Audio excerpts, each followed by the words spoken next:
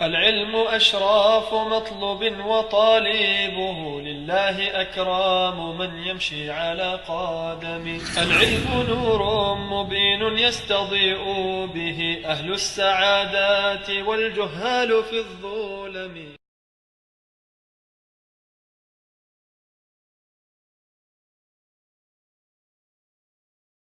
Inshallah, if time permits, we'll go into Salatul Khawf, the prayer or the fear prayer, how the Muslims should pray if they're in a state of fear, in jihad or the like. That's going to be a very, it's a pretty short chapter, like we'll try and finish it so that the next lesson, inshallah, we'll start with Salatul Jum'ah. قال الشيخ عبد الرحمن بن ناصر السعدي رحمة الله عليه رحمة واسعة: وكذا المسافر يجوز له الجمع ويسن له القصر للصلاة الرباعية إلى ركعتين وله الفطر برمضان. The Shaykh رحمة الله عليه mentions a few مسائل relating to the traveller. طيب. وكذا, and likewise المسافر, likewise the traveller. The Shaykh says likewise. لماذا؟ لأن in the last chapter we were talking about al-jam' wal-qasr. صح? The last chapter was Babu Salati Ahl al-A'dhar, the salah of the people who are excused, or those who have excuse for combining or shortening the prayer.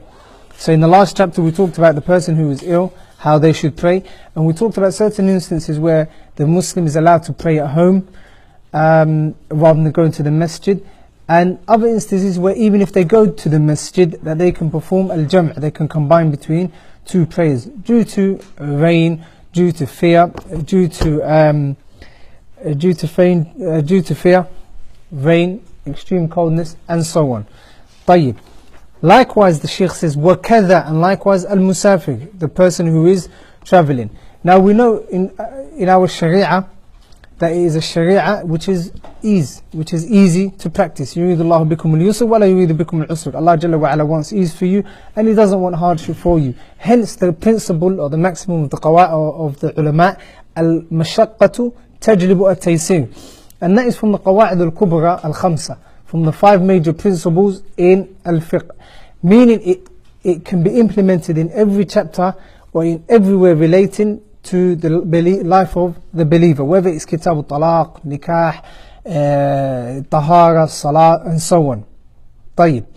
Now, it is from maqasid al-sharia at-takhfif wa taysir. Al-safar, or traveling, is from the reasons of takhfif or ease. We'll see inshallah, maybe not in this dawra of qawa'id al-fiqhiyya, lakin in the next dawra, or the second intermediate level, we'll see that there's something called asbab al-takhfif, reasons for takhfif, reasons for leniency, or reasons for ease coming about. And then we'll mention about 7 or 8 reasons why, or 7 or 8 reasons that can cause takhfif fil ibadah, or the ibadah being lessened in terms of the number of rak'at, for example, or how it is prayed, and so on. So safar is from those reasons. وَكَذَا الْمُسَافِرِ. طيب.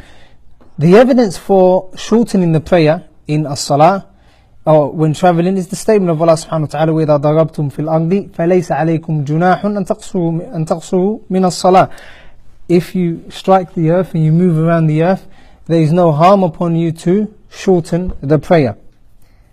طيب. Aisha radiallahu anha says فُرِضَتِ الصَّلَاةُ رَكْعَتَيْن, that when salah initially, in the beginning or before Isra wal-Mi'raj, or during the time of the early stages of the prophethood of the Messenger sallallahu alaihi wasallam, the salah was rak'atayn. فَأُقِرَّتِ الصَّلَاةُ السَّفَرِ وَزِيدَ فِي الْحَضَرِ. So وَزِيدَ فِي الْحَضَرِ يعني, lakin when a person is not traveling, it was increased to 4, or when a person is resident, it is increased to 4. Increased to 4 meaning Dhuhr, Asr, and Maghrib and Isha. These 3 have been increased to 4. طيب. فأقرت صلاة المسافر, or صلاة السفر, meaning that the person who is traveling, or the traveler, the prayer of this traveler has been shortened, or was shortened to 2. طيب.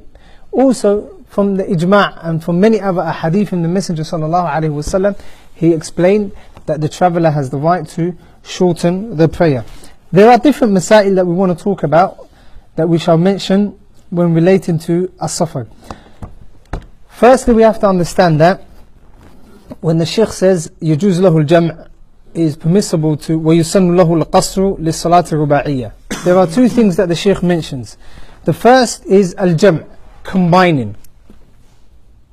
The two masail that the Shaykh rahmatullahi alayhi mentions is the first, combining the two prayers. And how does combining happen? It happens by combining dhuhr with asr, al-jam'. It happens with combining, or it can be performed by combining dhuhr and asr, and combining maghrib with isha, combining maghrib with al-isha. طيب, that jam' is only or is exclusive to these four prayers. Fajr cannot be combined along with dhuhr, nor can Fajr be prayed along with al-isha. Likewise, Salatul Asr cannot be prayed with Salatul Maghrib. So you can't combine Maghrib and Asr. طيب, how to do jam' is of two ways. Jam'u taqdeem or jam'u ta'khir. Jam'u ta'khir or jam'u taqdeem means to pray both prayers at the time of the earlier salah. So when we said you can combine dhuhr and asr, jam'u taqdeem means to pray dhuhr and asr at the time of dhuhr. Pray dhuhr first, 2 rak'at, and then pray asr, 2 rak'at. Jam'u taqdeem. Or jam'u ta'khir, the jam' of delaying the two salahs. And how do you delay the two salahs? You delay both salahs and you pray both of them, dhuhr and asr, during the time of asr. Pray dhuhr and asr during the time of asr. And even when you do pray asr and dhuhr at the time of asr, you must pray which salah first? Dhuhr first. Pray 2, and then asr. Pray 2. طيب. Likewise for al-isha. طيب. There's a mas'ala, or there's تقريبا 2 important masail. Questions after. Inshallah, write your questions. I want to finish 2 chapters bi'idhnillah by 5:40. 2 chapters. We have an hour and 10 minutes. We have a salah break for 10 minutes. طيب. 2 masail which are quite important, and there's a lot of khilaf amongst the scholars. The first mas'ala is masafat as-safar. طيب. When we're saying, or when the fuqaha say as-safar,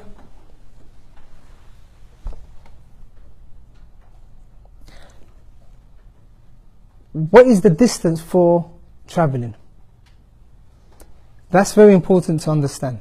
The distance for traveling, or the distance for becoming a traveler, or the distance for combining and shortening as a traveler. طيب.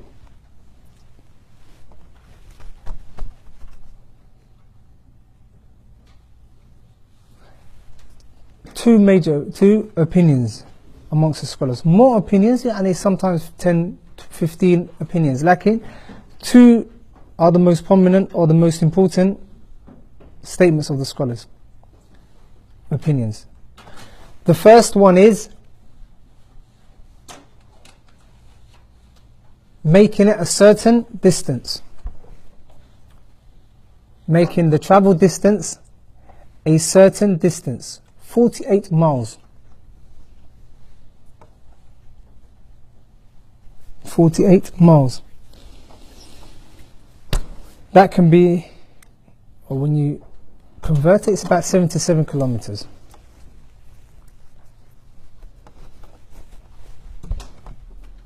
And how it comes about is because in some ahadith or some narrations from the companions, it mentions 4 burd. and burd, each one is of 16 farsakh. And each farsakh ala kulli hal, or 3 miles, each farsakh is about 16, or each burd is 16 farsakh. And each farsakh is تقريبا 3 miles. على كل حال, we'll calculate it about 48 miles or 77 kilometers. طيب. This means that if a traveler reaches 48 miles and beyond, then they can combine their salah, or if they're traveling 48 miles and beyond, they can travel there, they can shorten their salah and they can combine. And if they're traveling, if it's Ramadan, they can break their fast. 48 miles.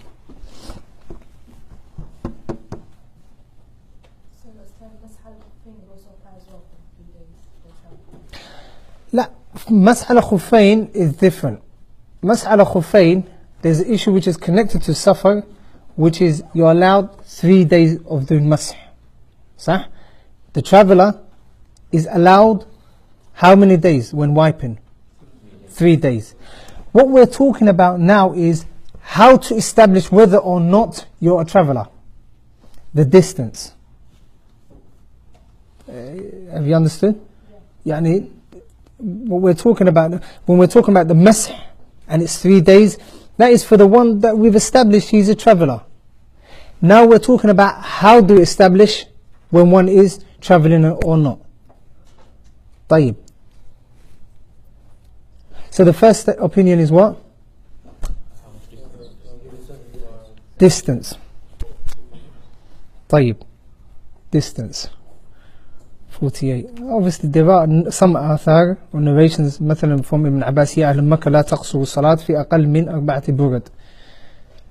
Or أهل مكة, do not shorten your prayers in a distance which is less than 4 burd. And burd equals 16 farsakh. طيب. Equals up to 48 miles. That's the first opinion. طيب. According to these scholars, which are the jumhur, the majority of scholars, if a person is traveling 40 miles, can they shorten the prayer? لا, they cannot shorten the prayer. طيب. The second opinion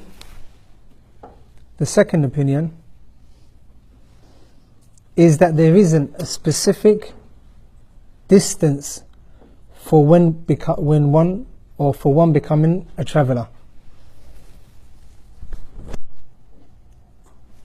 Rather, it is returned to the custom of the people, the urf. It goes back to the urf. Urf, custom of the people. طيب. And also, all of the other narrations that come about where there's a tahdeed or there's a limit, such as 48 miles or 3 miles and so on, that is merely by way of making an example or bringing out an example or giving an example. So these narrations merely state parts of what a person can be a traveller for. It is not a tahdeed.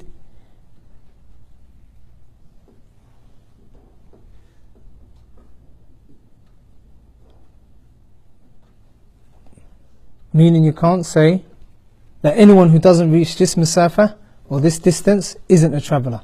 Like in all of those ahadith or the narrations that have come about stating a certain distance is by way of example, like not by way of restricting travelling to this distance. And the urf, why do the scholars say we return it back to the urf? Urf means custom, and al-urf muhakkam, or al-adatu muhakkama, as comes in the 5 major principles of al-fiqh. We shall study this in قواعد الفقهية. لماذا؟ لأن لفظ السفر, when the word safar has been mentioned, in the Quran or in the Sunnah, like مسألة خفين ثلاثة أيام, يعني المسافر يمسح ثلاثة أيام or 3 days and so on. And the verse in Surah مثلا سورة البقرة إن كان منكم مريض أو على سفر فعدة من أيام أخرى أو على سفر. Safar has been mentioned. The mere word of safar has been mentioned. Since it has been mentioned and it hasn't been restricted to a certain understanding or certain distance or certain limit, then we have to take it as comes in the urf, comes in the custom. So what is considered travelling amongst a certain group of people may not be considered travelling amongst another group of people. There isn't a hadith which clearly states that safar is from such and such, or when a person travels 2 days, the distance of 2 days, then that is considered travelling, or 48 miles is what the person becomes a traveller by. Meaning if a person travels 48 miles, he's a traveller, and if he travels anything less than that, he isn't a traveller. Yani there isn't a clear-cut hadith or a verse stating that. So since that has been mentioned in the Sharia in general, unrestrictedly, then we have to understand it generally, and we can't give it a restriction. And there are a lot of scholars on this opinion, from the Shaykh al-Islam Ibn Taymiyyah, Ibn Qudama, Ibn al-Qayyim rahmatullahi alayhi, and you'll find a lot of muhaddithun on this opinion. Shaykh al-Islam says, وَهَذَا قَوْلُ كَثِيرٍ مِنَ السَّلَفِ وَالْخَلَفِ. That is the statement of a lot of the Salaf and those that came after them as well. وَهُوَ أَصَحُّ الْأَقْوَالِ فِي الدَّلِيلِ. And it is the most correct opinion when you're looking at the dalil. طيب. The dalil meaning that the word safar has been mentioned in the Quran and the Sunnah, lakin it has come unrestrictedly. It hasn't been restricted to a certain distance. Remember when we talked about النوافل المطلقة and النوافل المقيدة, صح؟ نوافل المطلقة وماذا؟ unrestricted. نوافل المطلقة restricted. طيب. Now we have safar and it is mutlaq, unrestricted to a certain time or distance. طيب. Also from the evidences for this statement is they say that Allah subhanahu wa ta'ala mentions وَإِذَا ضَرَبْتُمْ فِي الْأَرْضِ, and if one of you moves on the earth or strikes the earth, فَلَيْسَ عَلَيْكُمْ جُنَاحٌ تَقْصُرُوا مِنَ الصَّلَاةِ. Allah mentions striking or moving along the earth. طيب. Allah subhanahu wa ta'ala did not mention a certain distance. So whatever is considered striking the earth or moving or travelling has to be taken into consideration as it is travelling. Also, the scholars say that saying there's 48 miles, that is ijtihad. That is ijtihad. So when you're saying the traveller can only travel, the traveller becomes a traveller if they pass 48 miles, that is a type of ibadah, صح? لأن connected to the travelling is what? The shortening of the prayers. A person what? Breaking the fast. So there's ibadah connected to it. Because of this we need a certain dalil, they say. We need a dalil which is يعني clear cut in its evidencing. And they say بابها التوقيف. We'll see in قواعد الفقهية أن العبادات توقيفية. عبادات التوقيفية. توقيف meaning that it can only be found in the Quran or the Sunnah. So any ijtihad is there for the ijtihad of the Imam or the Alim and anyone that follows him or takes his opinion, lakin it is not a clear-cut dalil which is binding upon everyone else. Also they say that if we do limit it to a certain distance, a lot of people don't know the distance that they will be travelling. And it will cause them to find out the travelling or the distance that they will be travelling. Now if I was to ask you what is the distance between London and Birmingham, you wouldn't be able to tell. You wouldn't be able to tell me now. Lakin, if I say to you that whatever is considered amongst your community or people of your land, whatever is considered as travelling, you'll automatically be able to tell that travelling is مثلا going to Birmingham or going to any other city. طيب. على كل حال, these two opinions are opinions of Ahlul Ilm. The majority of the scholars are on the first opinion, the majority of the, many scholars are on the second opinion. على كل حال is a mas'ala which is open to ijtihad, and it returns back to the books of the fuqaha. Or if you go back to the books of the fuqaha, you'll find these opinions and others. طيب. That's the first mas'ala, which is what? The distance. The first opinion is what? 48 miles. Second opinion is? Goes back to the urf. And there are a lot of masail that go back to the urf. A lot of masail. مثلا childcare, maintenance, custody and so on. A lot of these masail in all the chapters of fiqh, even kitab al-nikah and so on, they go back to al-urf. We'll study that further in qawaid al-fiqhiyya.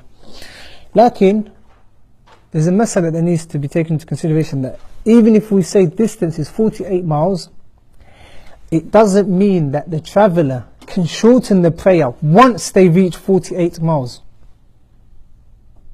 Fahimtum? Understood?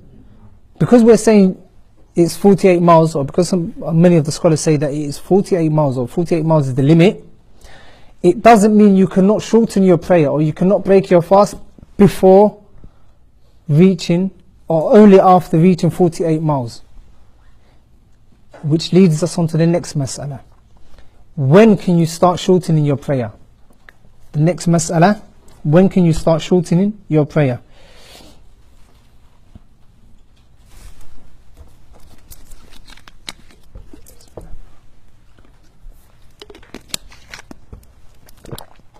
The answer is, once you leave your city. Once you leave the buildings of your city.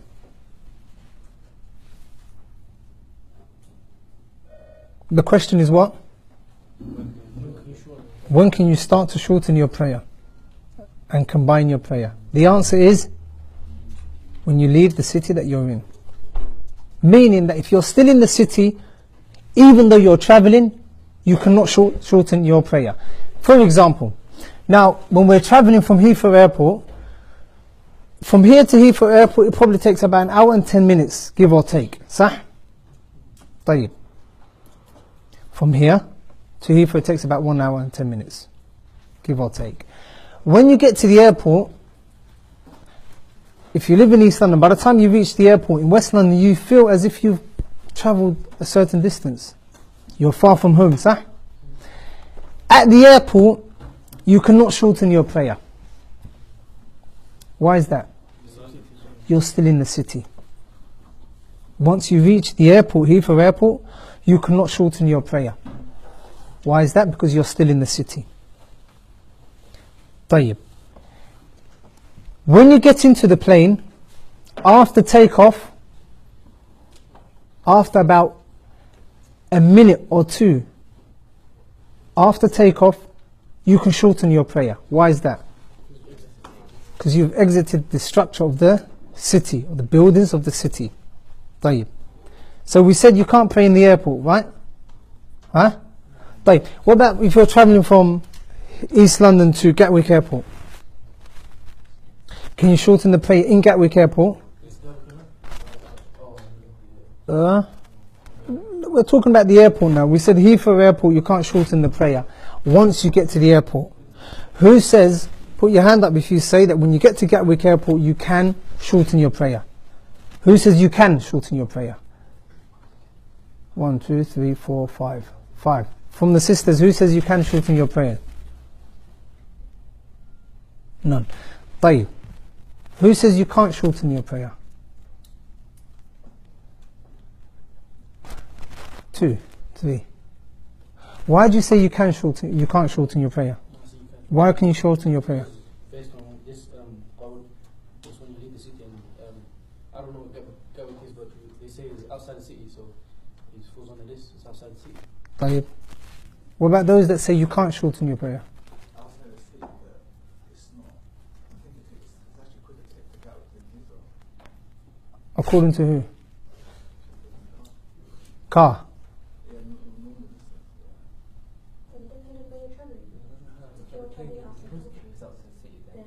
I don't know what hold on, لحظة. شوف, fiqh, there's no point in me saying, oh, this is a strong opinion, this and this. It's good to get the fiqh brain on. Go on. Does it depend on if you're going outside the country? So if your intention is to go outside the country, but you want to go to the airport, technically, لا. isn't it that Gatwick is still outside the city, whether it's closer to London or صح, outside yes. the city? صح. أحسنتي. جزاك الله خير. If you're going to Heathrow Airport, the reason why you guys were confused is because I said Heathrow Airport and I said Gatwick Airport. So the word airport confused you. Let it not confuse you. Heathrow Airport is where? It's in West London. It's inside the city. Gatwick is where? Outside of London. From here to Gatwick Airport, it's about 50 miles. So when you get to Gatwick Airport, for you, that is outside of the city. It's outside of London. So you can shorten your prayer in Gatwick Airport. Sahih, you haven't gone up on the plane. Like in the distance that you've gone is the fact that you've left the city.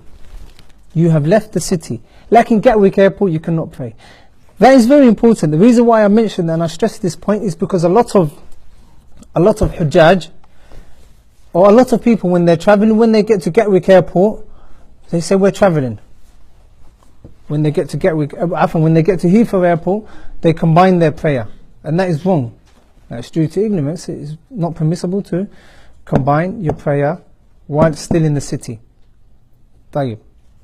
We can't look at the time that it can take for you to get to your destination, because, for example, to get from here to Heathrow via the city will take you an hour and something. طيب. Like to get you from outside of London via Essex, via the Blackwall Tunnel and so on, roughly about 20 minutes and you're outside of London. 20 minutes and you're outside of London. طيب. So these things need to be taken into consideration. The next mas'ala is, the third mas'ala. What type of travelling allows you to shorten your prayer? Or to take advantage of the rukhas, or the things that have been made permissible for the traveller?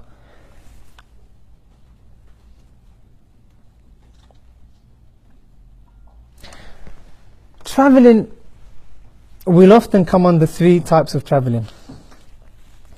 Firstly, safar al-ta'a.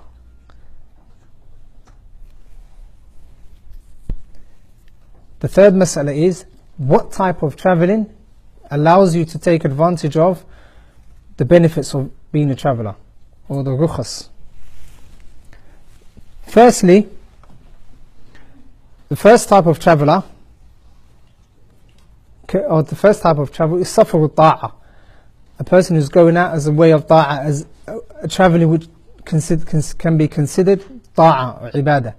For example, someone going out to Hajj, or someone going out for talab al-ilm, or someone going out to visit their sick parents in another country.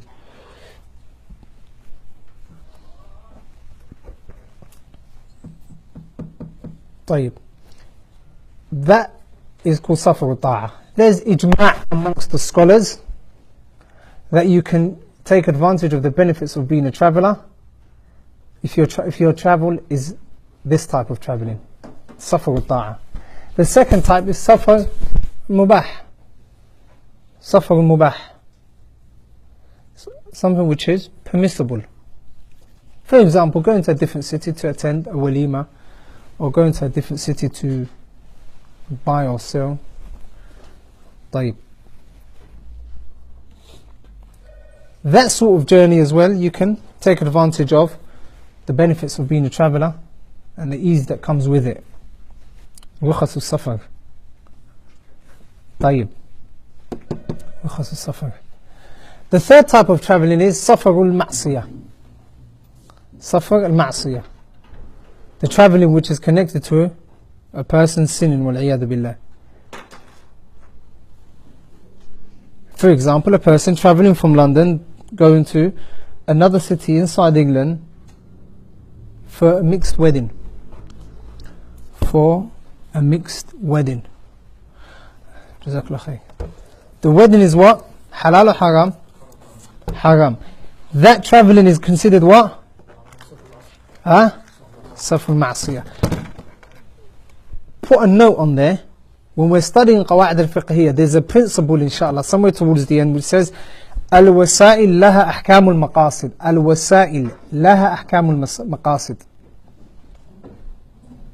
That is just something that came to my attention now. طيب. الوسائل لها أحكام المقاصد.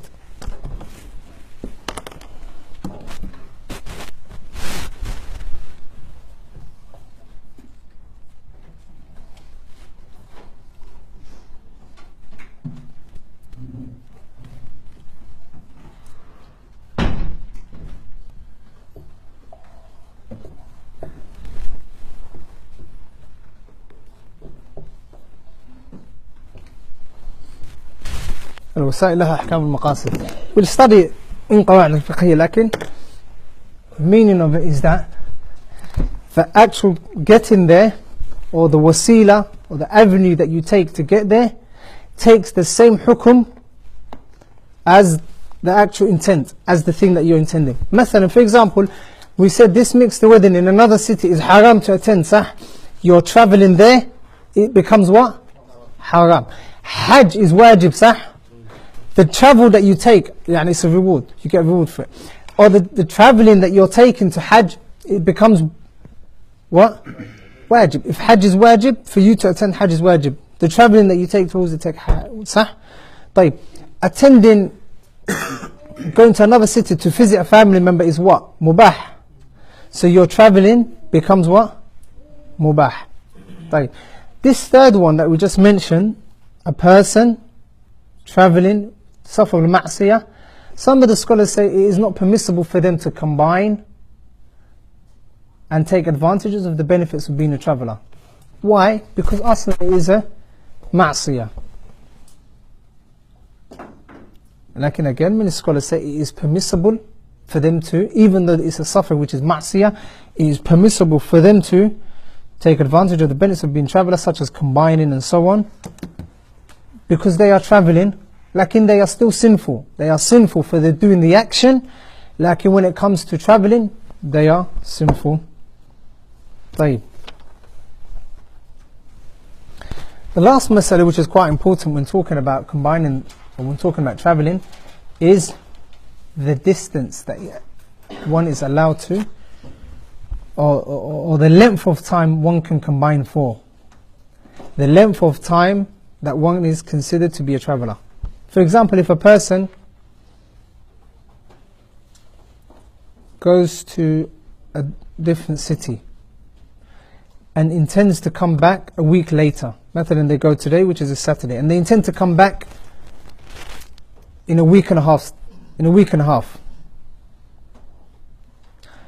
Are they allowed to shorten the prayer or not? Are they allowed to shorten the prayer or not? That is the mas'ala. طيب.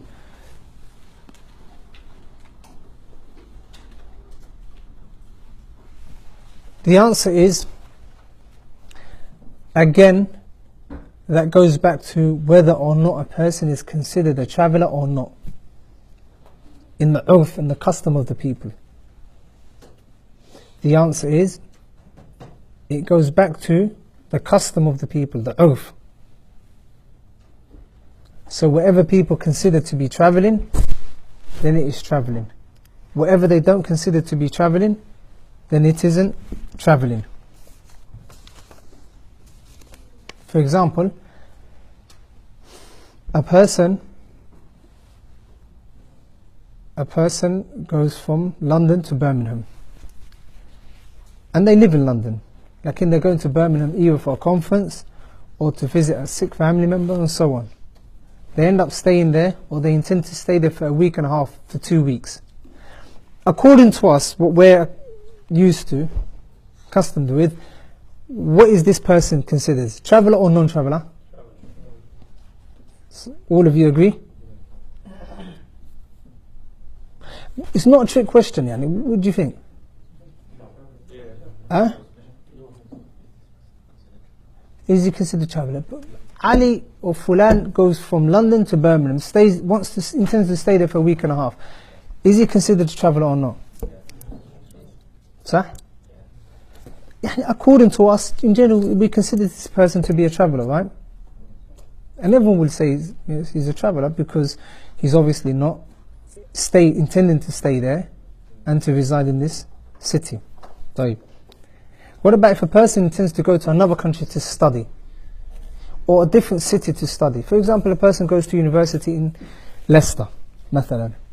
Person goes to university in Leicester. The person initially lives in London. During the holidays, comes back to London. She goes to Leicester to study in a university. And every semester's, I don't know, however long. Every term is 6 weeks, every university term is about 3 months, so on. Sah? Do we consider that person to be a traveller or not? No, we don't consider him to be a traveller. Rather, they have stayed and they've become a resident of that city. So when they go there, they have to what? Complete the salah, sah? They have to complete the salah, and they cannot shorten or they cannot combine the prayer.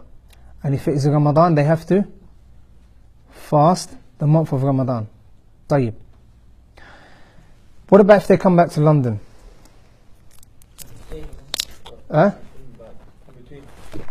In between, comes back home for the Christmas holidays or the Easter holidays. Travelling? Because that fatara, his place of residing is the university in Leicester. طيب.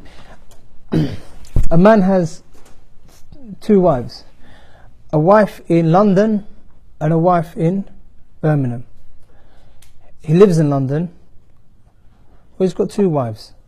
One lives in Liverpool, one lives in Birmingham. He lives in London alone. He travels to Liverpool, stays there for 5 days. Comes back to London, stays here for however long. Then goes from London to Birmingham. Stays in Birmingham for 6-7 days. When he's in Birmingham, can he combine his prayer, shorten his prayer, so on? It's only 6 days, bear in mind. 6 days. Yeah, he stays 6 days in Birmingham and then takes a coach from Birmingham to Liverpool, stays there for another 6 days, comes back to London where he lives, stays there for however long, 2 months, 3 months, 4 months, whatever. Then goes back to Birmingham, stays there for 3 days or 10 days, and so on. A cycle. Because the gap between Birmingham and London, as in the time gap, is too long. طيب. So his place of residing is in London, but every now and then he goes to Birmingham and he goes to Liverpool, and then originally he comes back to London. طيب. From the sisters? Is he resident in both cities? So that means he's not considered traveller? Yes, I'm asking you a question. You've asked me another question. So the question is, does he combine in these cities or not? Why is that? Because he resides in both cities. Ahsant. What's your kunya? Ali Jabag. Say wherever.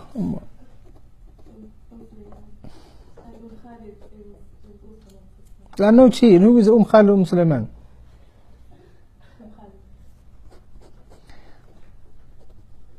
صحيح.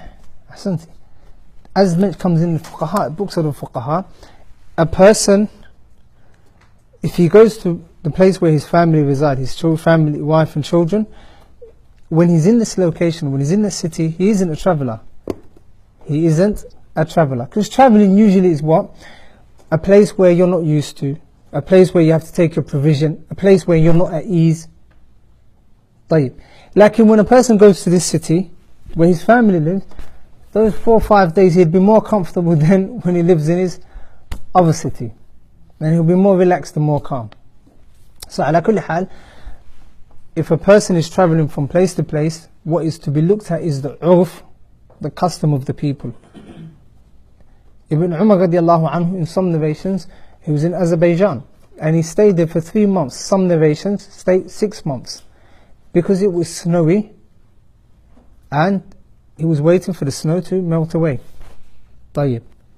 He stayed for 6 months or 3 months.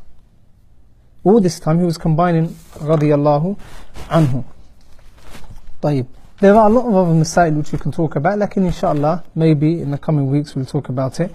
Like now we'll break up for salah inshallah, and then within a few minutes after that we'll go into Salatul Khawf and try completing by 5:30. Wabillahi tawfiq.